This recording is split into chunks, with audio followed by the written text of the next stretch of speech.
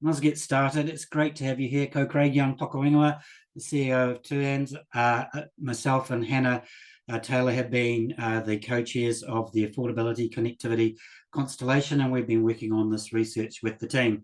It's a real pleasure to have you this morning. I'm going to hand straight over to Chris Dempster-Rivett, who's going to karakia us into this safe space and give you a recap on the journey. So kia ora, Chris. Kia ora, Craig. Thank you for allowing me the chance to bring us into the session today, and welcome. I see a lot of familiar faces on our invitee list, so good to see that there. But let me karakia us and then we can move into sharing of today's report. So let me start. Whakataka te au ki te uru, whakataka te au ki te tonga, kia mākina ki uta, kia mātaratara ki tai, e hi ake ana te atakura, he tio, he huka, he hauhu, te hei mauri ora. Look, I just want to start off by just putting a mihi out to all of the different people who started this research with us. Obviously, in the first instance, to all the communities and whānau who are not with us today, but who provided insights and answers and feedback to the research through Lee and the Arataki team. Obviously, a big mihi to Kim Connolly-Stone, who I would say would probably rather herd cats than try to herd the Deka Affordable Constellation team into getting this report ready to present to you guys. So big thanks to Kim, Ngā Pera and her team at Figure NZ, who did a lot of the number crunching and checking of all of the different numbers and data and facts that we try to bring into this report from internationally, but more importantly nationally, through what was out there in the system already. Obviously to Lee for his work and doing the hard yards out there with on the ground at the grassroots, flax root level with the communities, to work with them to understand what actually affordable connectivity might look like, what that figure could be.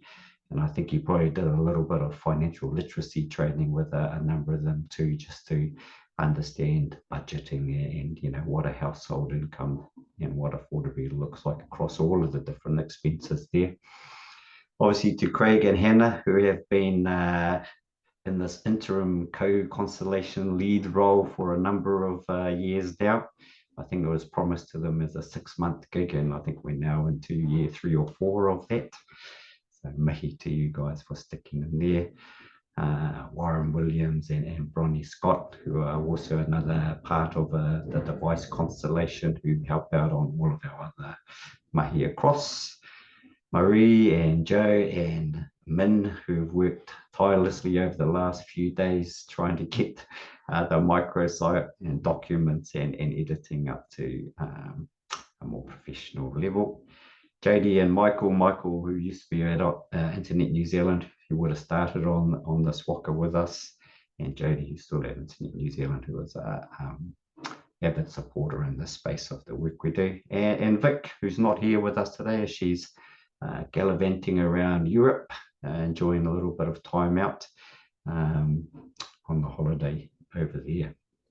I guess I want to spend as much time as we can allowing time for our presenters to share the research and probably give us a bit more time at the far end in the Q&A session, so we can dig a bit deeper or ask a few questions of our MC, Craig, to which he can sort of navigate us through there. So all I want to say is thank you for taking the time today to join us. It has been a journey that was sort of already December, January, but given the state of where we are now and our coalition government, it's probably a great time for this to be launched as we bring up or coming up on the end of the government financial year. So I just want to hand over to Hannah now, who's the constellation lead with Craig on this, and she can move us through this part of the session. Kia ora, Hannah. Kia ora, Chris, and kia ora koutou. Ko Hannah Taylor, taku ingoa. Today I'm joining you with my Decker hat on. As was mentioned, me and Craig have been leading this constellation for a wee while. I also wear another hat, which is the head of Chorus, head of sustainability for Chorus, and this is a subject that is really close to my heart. So how have we got here? I'm not going to spend long on this because I know that you're eager to see the details of the research. But cast your memory back to COVID. And I guess the reality of the digital divide was very prevalent at that time. Internet New Zealand put out the 5-point plan in May 2020, and number one on that plan was we need connectivity to be affordable. There was lots of coverage of that point plan, but we realised we needed a constellation to really understand the affordability gap more and bridge the relationships with community and industry and government. So the Affordable Connectivity Constellation was born, and we spent several hours listening, understanding where the gaps were, what were the barriers, and we were all pretty blown away at how prevalent an issue this was across Aotearoa. And the same questions kept on coming up time and time again as we worked our way through what we could do. And that's when we realised that we needed to bring together a group of wonderful people to help us really answer some of those questions. So where did we focus? Well, we wanted to understand what whānau needed to really participate in a digital society. We wanted to really know specifically how much internet they need to be part of that world. How much did that cost? And what was really affordable? And then from there, we could figure out how many households couldn't afford a package of meaningful digital access. And that point of meaningful digital access was really crucial to the way that we set up this piece of work. And then finally, we knew that we needed to put through some really strong options to help move us forward. And that will come out as we go. So I really hope you enjoy the research findings. And I really hope that you can get behind us as we look to the next steps and to progress this forward even more. So with that, I'm going to hand back to Craig. Thank you, and kia ora to you both. Thank you for your support, Chris, and also Hannah as my co-chair, who's done, I'd say she's done more work than me, but we argue about this all the time, so we'll sit there with that. It's now my pleasure to introduce Lee Timu and Pera Riley, who did the research, and so over to you, Lee. Yeah, kia ora, Craig, thanks for that, and kia ora koutou. Lee Timu taku ingoa. For those that know me, don't know me, should I say, I'm a person of many potai, but the main hat I wear is as a business owner, and a lot of my work sees me engaging with communities at, as Chris mentioned already, at that flax roots level, so on the ground in communities, having conversations with people that often are, I guess, sit in the realm of lower socioeconomic households and also underserved and sometimes unserved communities. But just coming back to some of the survey results that we got back from a mixture of both online and offline evidential data, both qualitative and quantitative as well. So there was quite a mix of engagement data that we were able to capture, which really provided us with some of the high level, I guess, stats that you'll see in the next few slides. So what we did find is that about $7 per week was the price point, or the price that we found was affordable for whānau, and alongside that around about $5 per device. So what that told us was that, yeah, it certainly is a struggle out there. There's no two ways about it. But I think if we look at what we might call a mana enhancing package, and it's on the slide there, but to me, what that mana enhancing means is how do we maintain or assist whānau and households to maintain the integrity of their family unit? How can we provide them with the capability and ability to stay connected to the outside world? And certainly internet is one of those challenges within the engagement research that we captured. Obviously, we also looked at things like computing devices, and not just any old device. Like a phone is not an appropriate device. So what does that look like, and what does that mean, and how much does that cost? But I think the big thing for me and for all of us that we, I guess, reaffirmed really was that it's one thing to provide whānau or households with the tools and the connectivity, but if they don't know how to use those tools and how to use the internet safely, then it really is, it presents another challenge, doesn't it, I think? And so skills, the necessity for skills, or what we might call digital literacy in this current digital world, is incredibly important as well. So looking at these things alongside each other is, I guess, three separate challenges that present and certainly impact on the digital divide that's present in New Zealand at the minute. So yeah, so I guess that's certainly, these are quite revealing, but I think for us, most importantly, these this is research that's come from the mouths of the people, I guess you could say, and there's certainly no other survey result or data that you could capture that really represents or takes a snapshot, I guess, of what's out there at the minute. So might be able to move to the next slide, Craig. Could you just move your microphone a little bit closer, Lee? Yep. Ta. Maybe I just need to speak up a bit, eh? Yeah, thanks, mate. Cool, all good. So what does it currently cost? What have we worked out? So through our research, we came to figure an amount of $43 per week. This includes internet devices within that package. That works out to around about $11.54 per week for internet access. Now, what does that consist of? How do we break that down? So that's home internet access, or home internet connectivity, should I say it costs about $11.54. Then you've obviously, some of us have to have mobile internet access through cellular coverage. That's around about $7.85.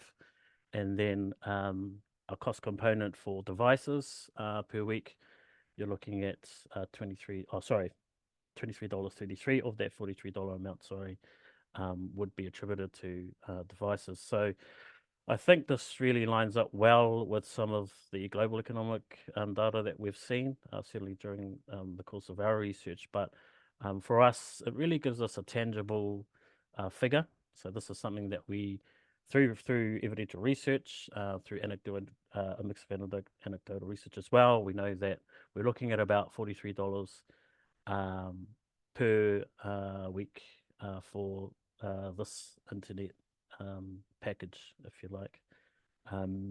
So I just wanted to mention, though, one of the things that came through quite prevalent in the research was the importance of connectedness and connectivity. So the ability for our households and whānau to be able to connect to the outside world. We heard things like it keeps us connected to the rest of the world instantly. Communication with family is cheaper, faster, and easier.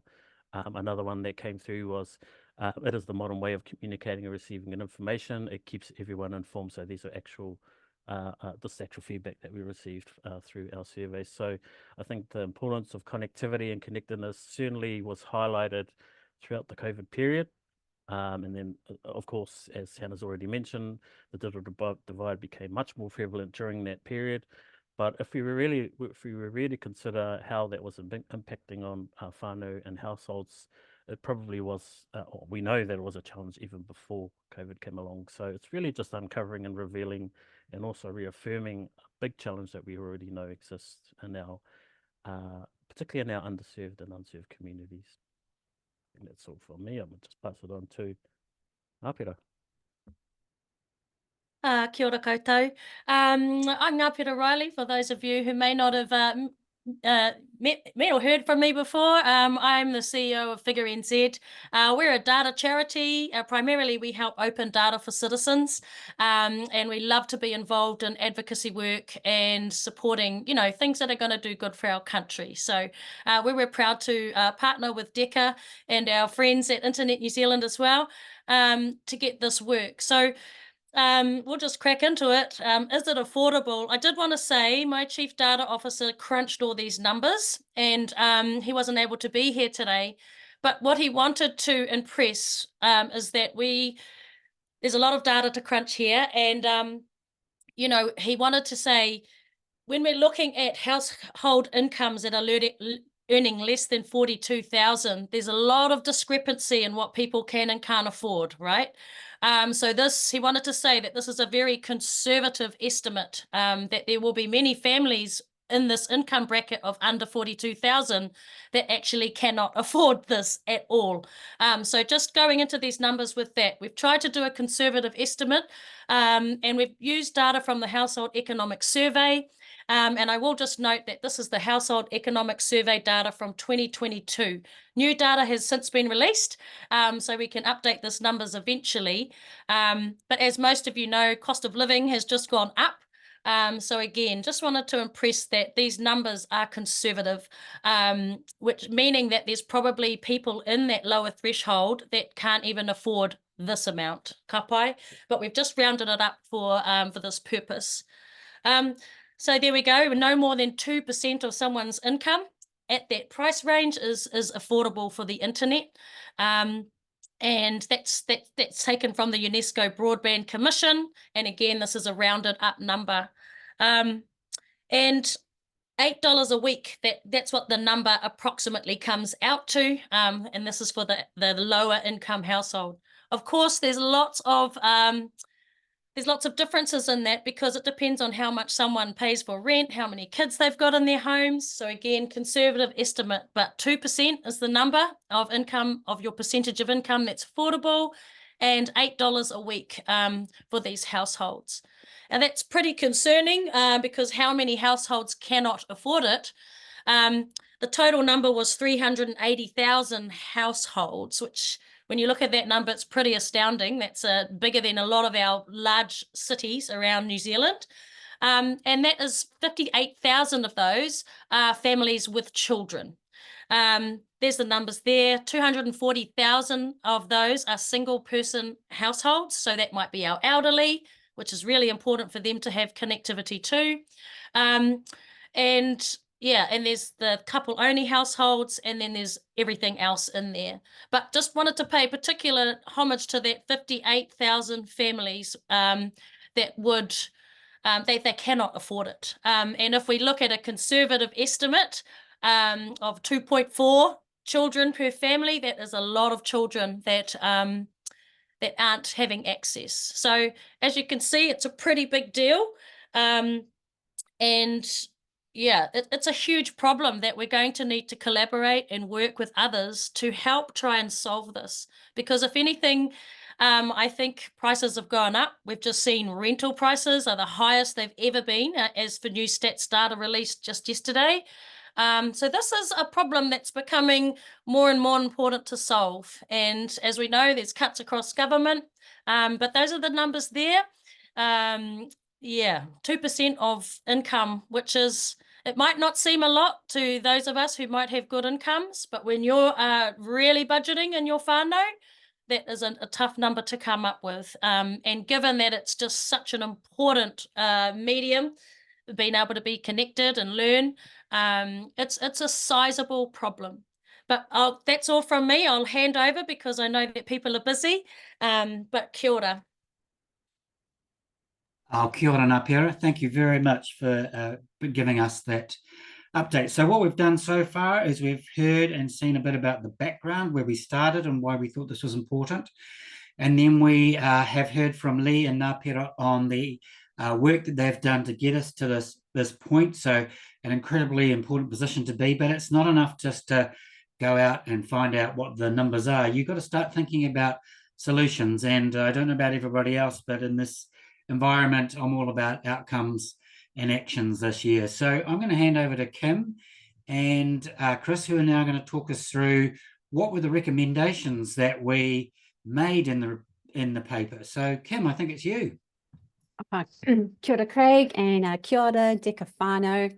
I'm joining you today as a friend of Deka and one of the report contributors. Some of you may also know me as the Policy Director for the TCF, and just a little thing to let you know that I did this work before I joined the TCF last year. So my part of the project was to look at options to address the affordability problem that had been identified and sized by our other contributors. And more specifically, I was asked to look at how might government help people access those digital equity essentials. So obviously the affordable connectivity, but also all the connected things that we've heard about, the device access and the skills and the wraparound support. And the Deka focus was on the government contribution because it sensed that government policymakers had been struggling to kind of understand what the scale of the problem was and where and how the government could best intervene. So that's why we were looking at some government things, in case you're wondering about that. So we looked at two high-level intervention choices.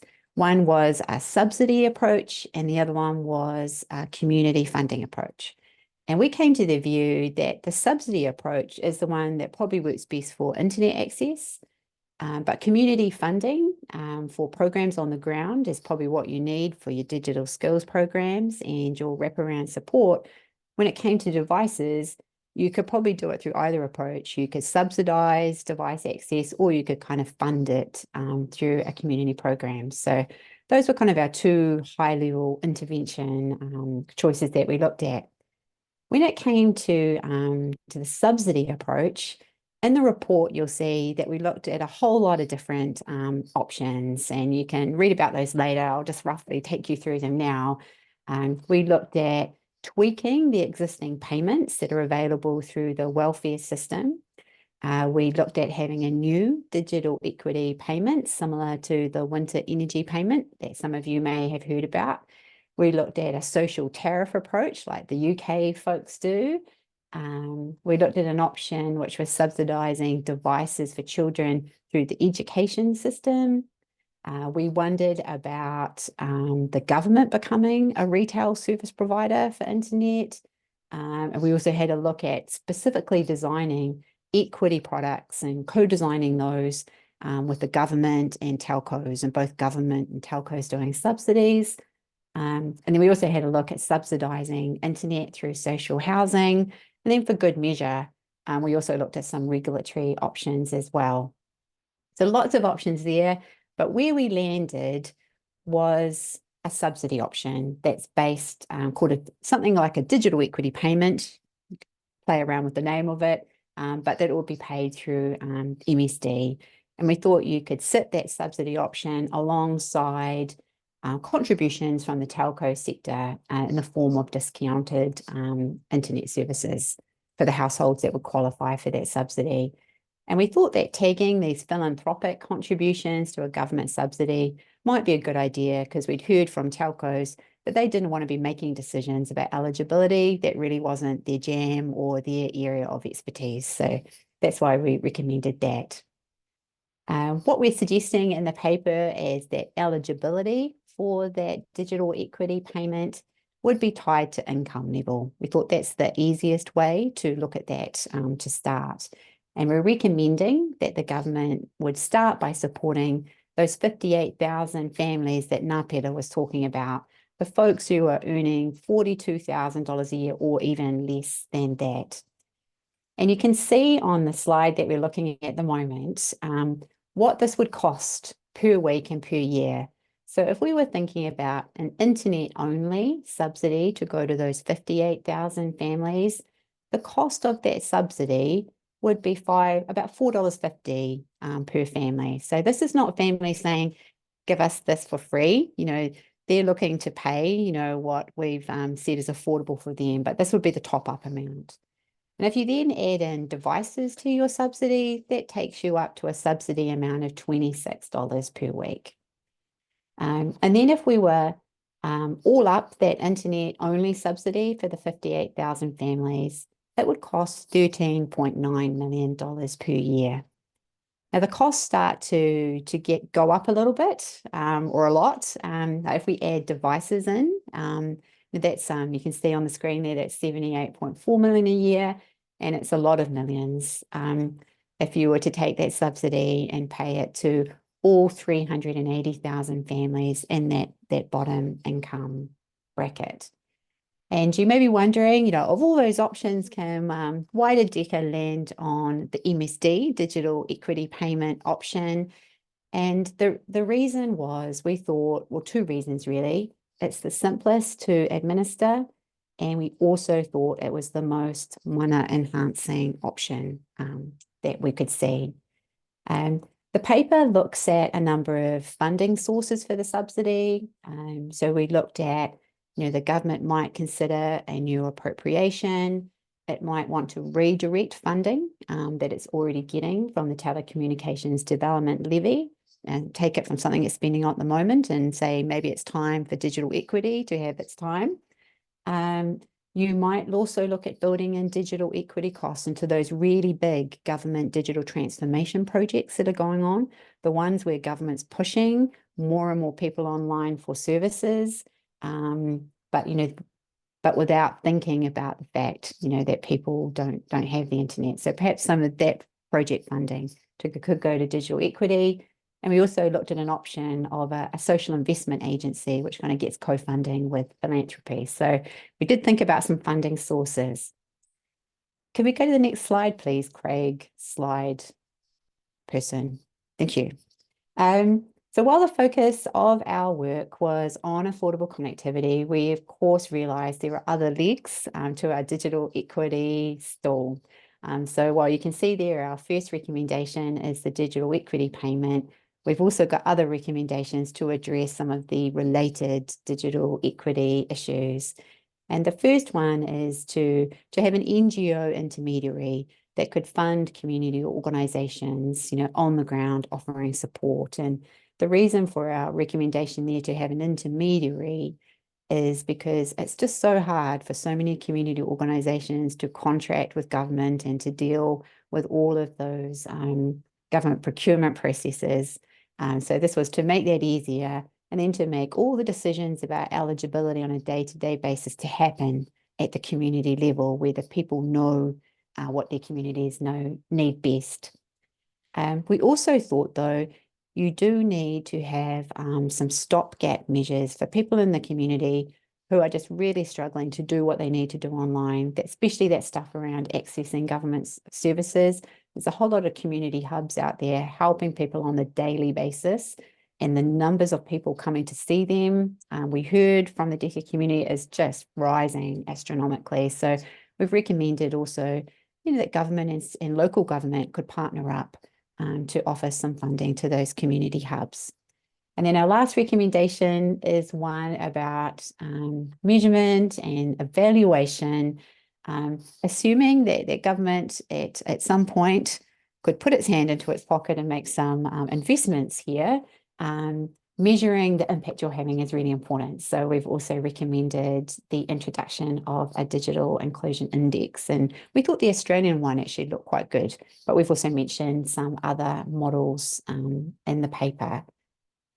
But we realize, these things all cost money. So what the report is saying, let's start with the subsidy. Let's start with the subsidy for those 58,000 families.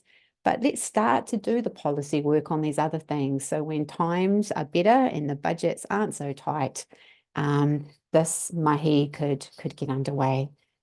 So that's just a wee summary of the options and the recommendations. I think over to you, Chris, to talk about the next steps bit.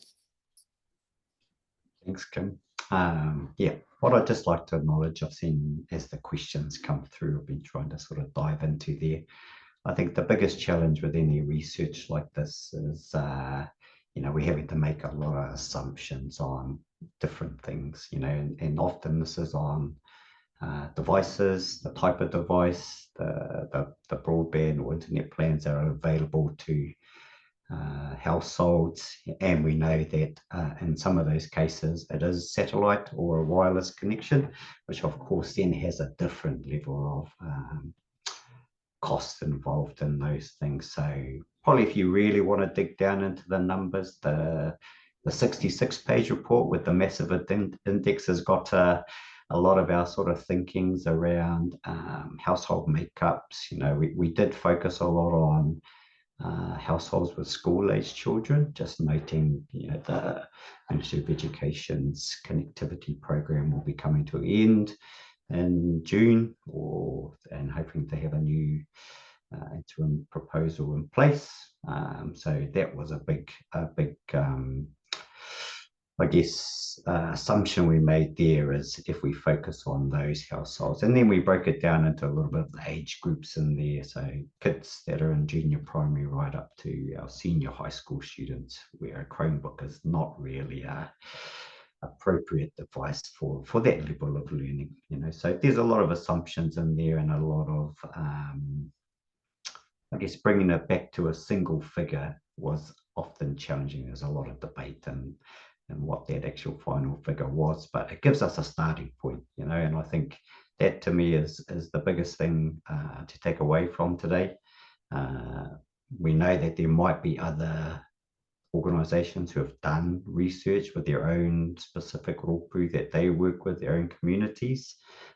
So our hope is that the microsite is the living, evolving site where we can update the data on the dashboard. If you've got some research that your organisations had to do for reporting purposes, when you've got funding, etc., we'd like to you know, share those in there as well, because I think that's the big thing for us is we can talk about these things, talk about these numbers, but without the sort of reports, evidence, data, it's then hard to put into an ask or a figure to whatever the solution might be. And look, if you're looking for the answers to solving this problem, it's definitely not in there. So if you're going to go through line by line looking for it, we would acknowledge that the challenge is a big one, and it's going to require multiple stakeholders from community, industry, telcos, wholesalers, etc., to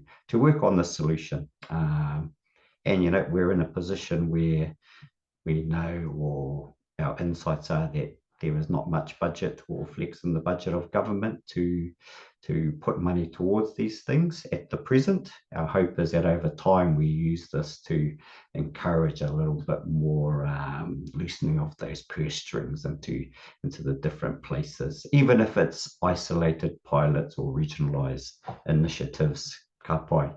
I guess the offering here, the koha to everyone on the call and whoever you feed this out to, is this is here for people to use, to advocate on, to support, and it's only a start. I guess our hope is the more we can sort of put into this, the more we can make the different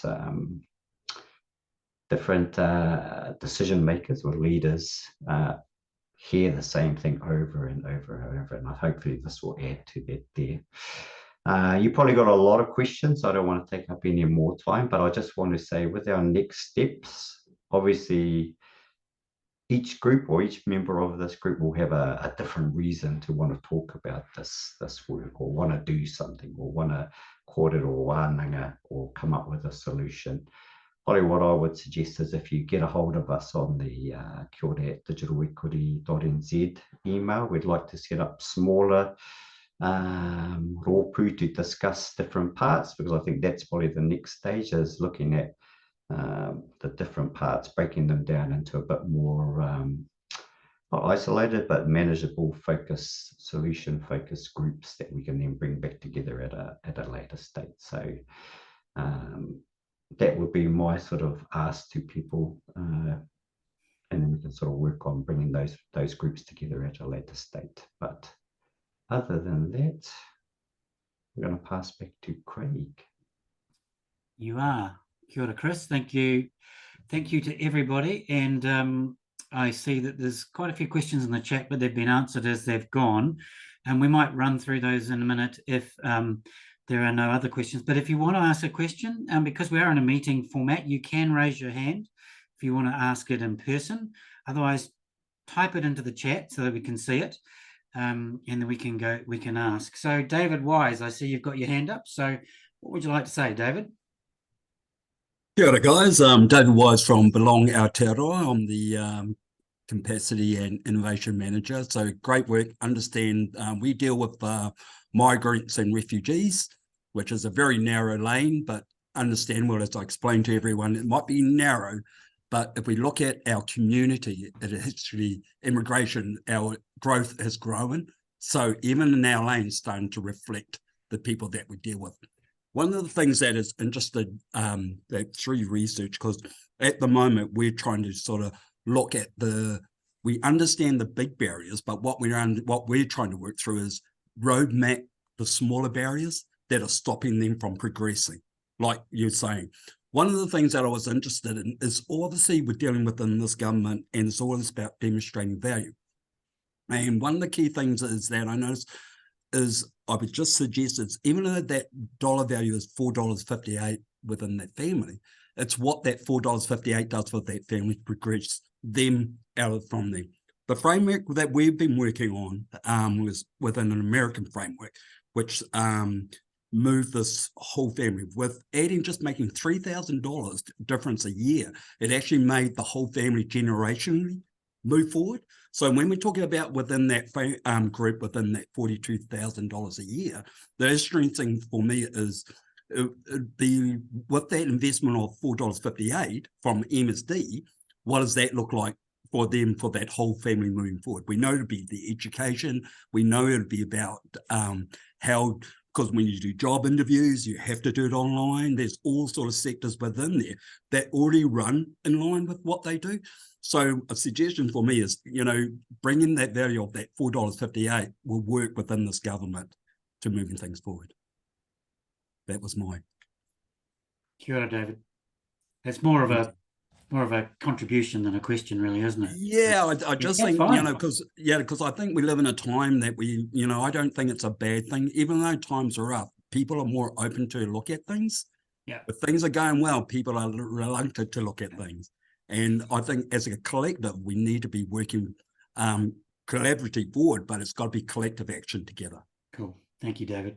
All There right. is a question. Bronwyn asked a question in the chat about how has government reaction been to this information. So I'm really not sure who wants to answer that question. Is there anyone out of the team that wants to talk about how it's been going? Joe, do you want to speak? Yeah, so actually I was going to speak to this anyway. So I just wanted to point out that we, on the digital equity website, we have had a media release go out as of yesterday to bring attention to this issue. And then a couple of weeks ago, we sent letters to a bunch of ministers on this very issue. Nicola Willis, Shane Retty, recognizing that digital equity and the digital capability is across many portfolios. Yeah, so we've gone, social investment, health, Pacific people, education, social development, MBIE.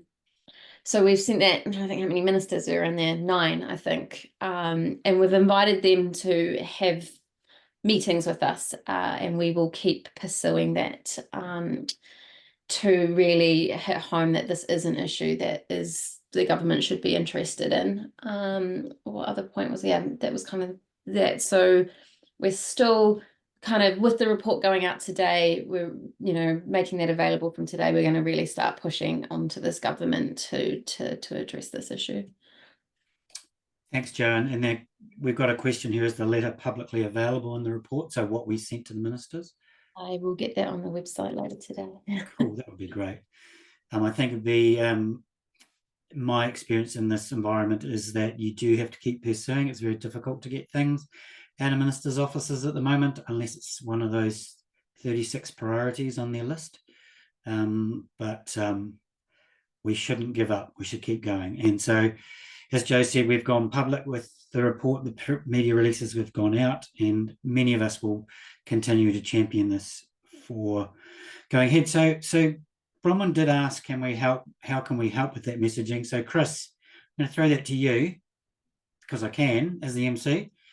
How can everyone help with that messaging? Such great power you have there, Craig. I'll just jump back up to Lawrence's question on MSD. I guess this has probably been one of the interesting parts of this journey in this affordable connectivity space. Probably one of the seats we haven't seen filled at the table from an MSD point of view. But what we've tried to do in the report is look at some of the payments that do come out of MSD and working income for whānau and households on benefits in relation to devices, winter energy payment. We've even talked a little bit about the IRD cost of living payment that went out. So it's probably one that we're looking to pursue a bit further, Lawrence. We understand that there's a level of complexity around supplying or supplier and probably their cycle of what is included in their supplemental extra costs that they are willing to pay on behalf of whānau. So I just wanted to acknowledge that it is a group that we need to be more, I guess, stronger. I don't know if that's the right word, but and try to get some more traction under that group there. So I'll just answer that one. As for Bronnie's question, how can we help with that? I guess the main thing for us is the website's now there, the report's now there. We know that our small DECA stewardship group and those friends of DECA are only one small part of the group that does have access to ministers, officers, people in government, people in local council. So I think it's more of maybe advocating on behalf of using the words, using the numbers, using the data that's there, quoting it.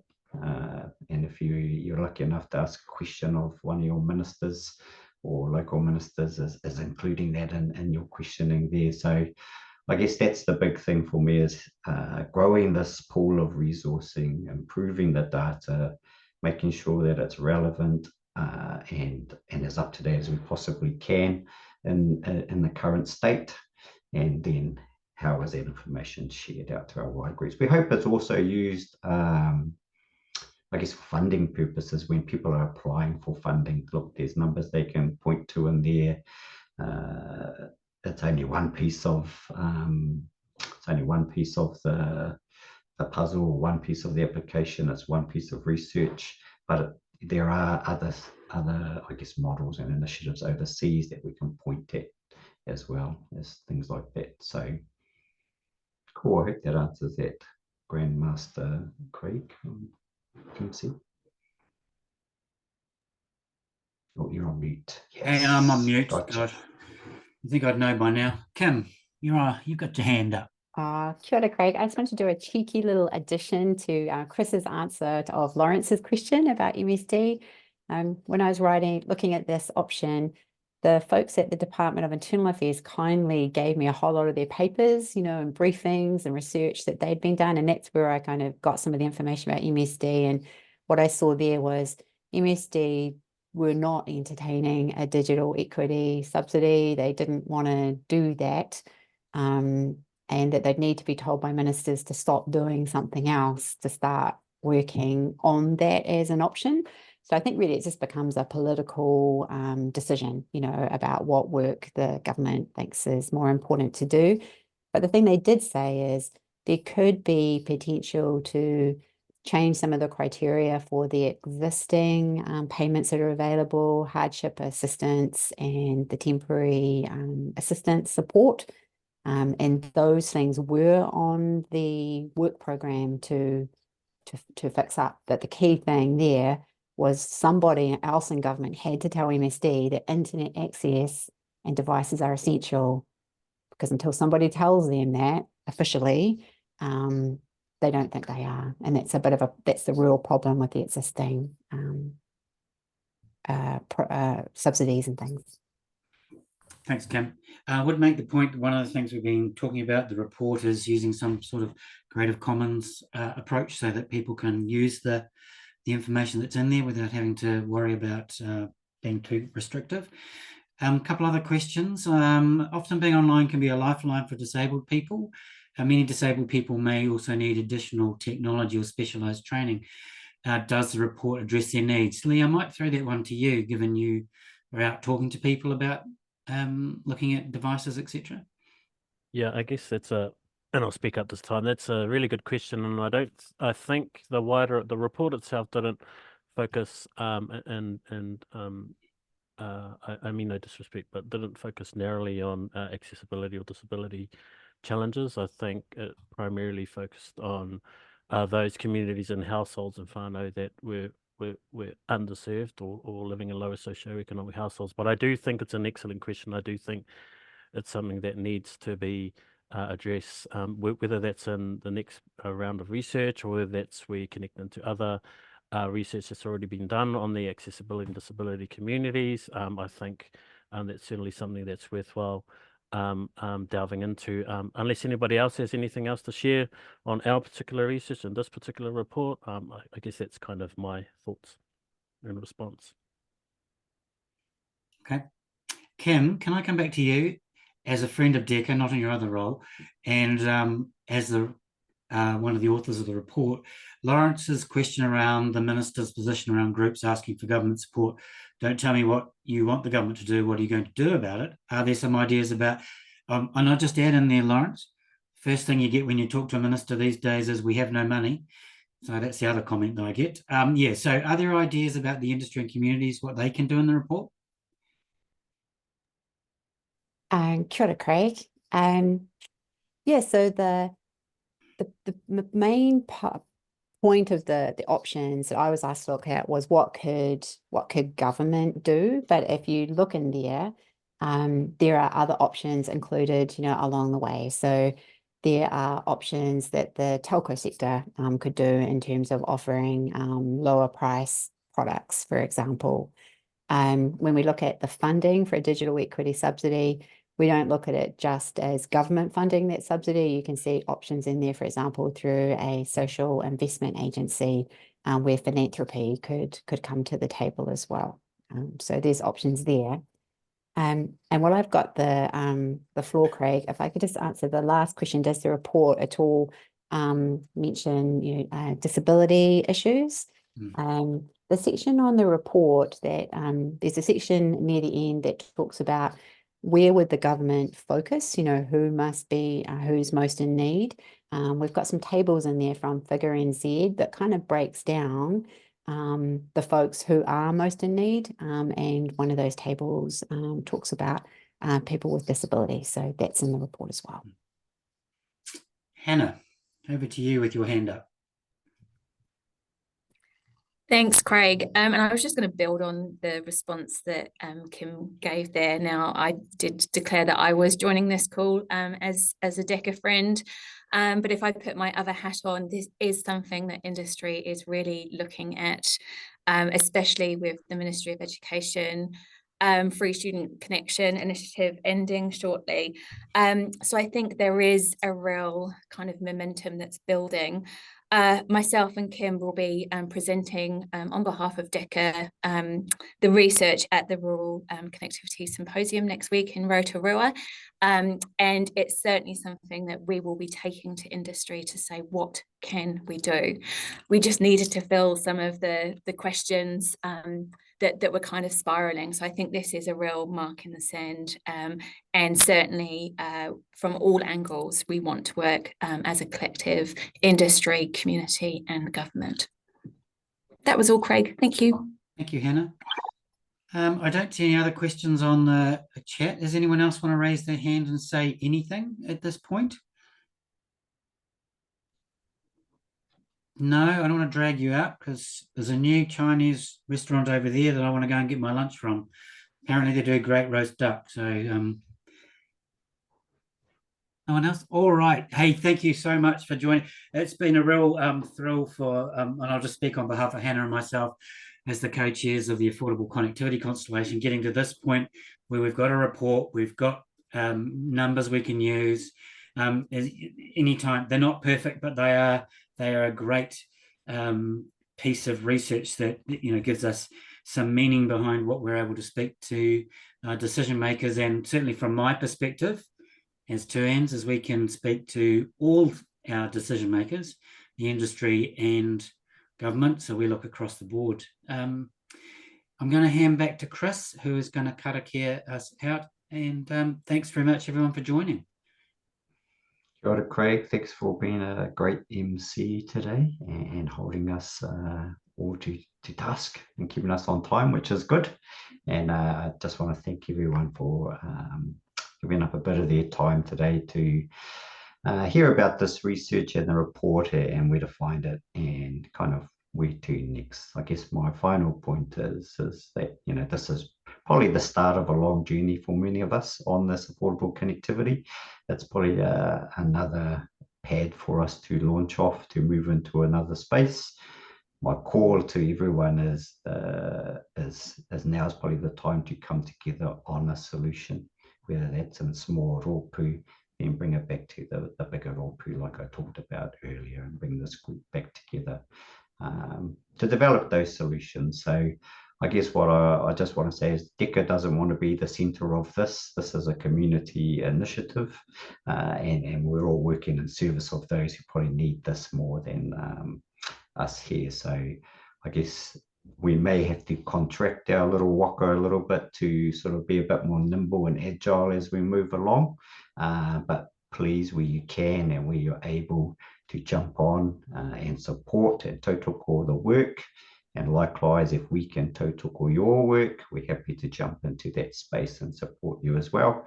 And please don't feel bad if you need to jump off the waka for a bit. You know, it will go around in a few circles before we get somewhere, I'm sure.